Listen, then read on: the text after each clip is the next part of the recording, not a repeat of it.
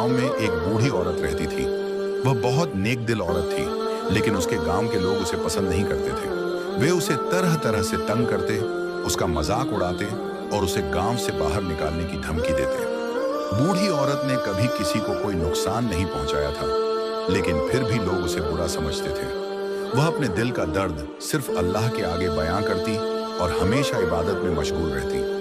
एक दिन गांव के लोगों ने उस बूढ़ी औरत को गांव से निकालने का फैसला कर लिया। वे उसे धक्के देकर गांव से बाहर छोड़ आए। बूढ़ी औरत बेबस थी, लेकिन उसने अपने रब पर भरोसा रखा। वह चलती रही। चलते चलते वह एक सुनसान पहाड़ी इलाके में पहुंची। वहां उसे एक पेड़ के नीचे बैठा हुआ एक परिंदा नजर आया। वह परिंदा बहुत कमजोर था, उसके पंख टूटे हुए थे और वह उड़ने में असमर्थ था। बूढ़ी औरत को उस पर दया आ गई। उसने अपनी चादर से एक टुकड़ा फाड़कर परिंदे के जख्मों पर बांध दिया और उसके लिए कुछ खाने का इंतजाम किया। धीरे धीरे परिंदा ठीक होने लगा, लेकिन उसने उस जगह को छोड़कर उड़ने की कोशिश नहीं की। वह बूढ़ी औरत के पास ही रहने लगा। बूढ़ी औरत ने उसी जगह एक छोटी सी झोपड़ी बना ली और वहीं रहने लगी। वह रोज इबादत करती, कुरान की तिलावत करती और अल्लाह से अपना दर्द बयां करती।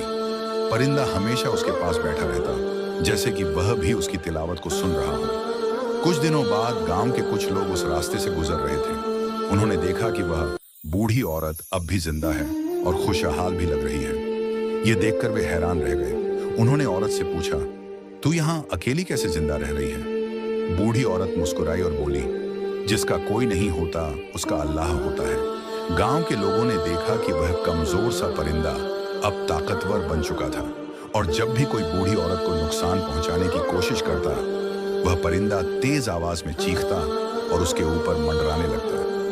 यह देखकर गांव वालों के दिल में डर बैठ गया। धीरे धीरे कुछ लोगों ने उस बूढ़ी औरत से इस्लाम के बारे में सवाल करने शुरू किए। उन्होंने उससे पूछा कि वह किसकी इबादत करती है और कौन सा अल्लाह है जो उसकी सुनता है। बूढ़ी औरत ने उन्हें प्यार से समझाया और धीरे धीरे कुछ लोग इस्लाम की हकीकत को समझने लगे। फिर एक दिन वही गांव जिसने बूढ़ी औरत को निकाल दिया था, इस्लाम की रोशनी से जगमगा उठा। लोग अब पत्थरों के बुतों की पूजा छोड़कर सच्चे अल्लाह की इबादत करने लगे। यह सब उस बूढ़ी औरत के सब्र और अल्लाह पर भरोसे का नतीजा था। उसने किसी से बदला नहीं लिया, बस अल्लाह की इबादत की और अल्लाह ने उसकी हिफाजत की और उसे इज्जत से नवाजा। गांव में इस्लाम की रोशनी फैल चुकी थी, लेकिन अभी भी कुछ लोग ऐसे थे जो अपनी पुरानी मान्यताओं को छोड़ने को तैयार नहीं थे।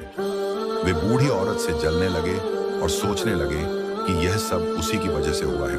वे आपस में कानाफूसी करने लगे कि हमें इसे खत्म कर देना चाहिए, वरना हमारा पूरा गांव इसी के साथ हो जाएगा। एक रात जब बूढ़ी औरत अपनी झोपड़ी में इबादत में मशगूल थी, कुछ लोगों ने मिलकर उसकी झोपड़ी को आग लगाने का फैसला किया। वे जलते हुए मशाले लेकर उसके घर की तरफ बढ़े, लेकिन जैसे ही वे पास पहुंचे, अचानक वह रहस्यमयी परिंदा जोर जोर से चीखने लगा।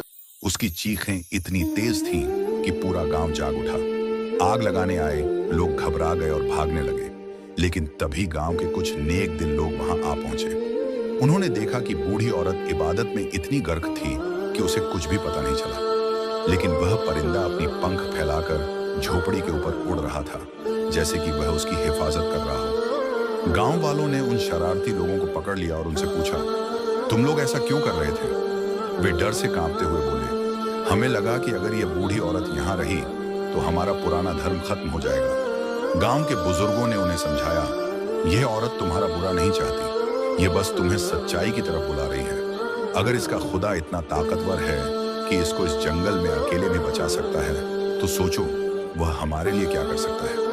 उन लोगों के दिलों में बात उतर गई। वे बूढ़ी औरत के पास गए, माफी मांगी और कहा, हमें भी उस अल्लाह के बारे में बताइए जिसने आपकी हिफाजत की। बूढ़ी औरत मुस्कुराई और बोली, अल्लाह अपने बंदों को कभी अकेला नहीं छोड़ता, चाहे दुनिया उन्हें छोड़ दे। फिर उसने उन्हें इस्लाम की बुनियादी बातें सिखाईं। धीरे धीरे पूरा गांव इस्लाम कबूल कर चुका था। फिर एक दिन जब सुबह की अजान की पहली किरणें फूट रही थीं, वह बूढ़ी औरत सजदे में थी।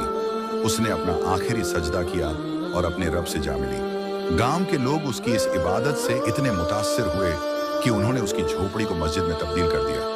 और वह रहस्यमयी परिंदा, लोग कहते हैं कि जब बूढ़ी औरत का इंतकाल हुआ, वह परिंदा भी कहीं उड़ गया और फिर कभी वापस नहीं आया। लेकिन उसकी कहानी, उसके सब्र और अल्लाह पर उसके भरोसे की गूंज आज भी उस गांव की हवाओं में महसूस होती है।